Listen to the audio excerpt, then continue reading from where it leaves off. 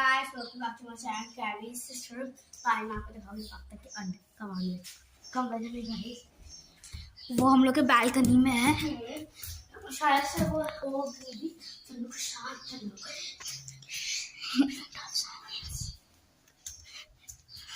आ गई हूँ मैं अपनी बालकनी में। तो फाख्ता अभी उड़ चुकी हैं, उसके अंडे ये पहले जब आए थे अपन के घर में तो ये बहुत छोटे थे, इतने छोटे कि क्या ही बोलो।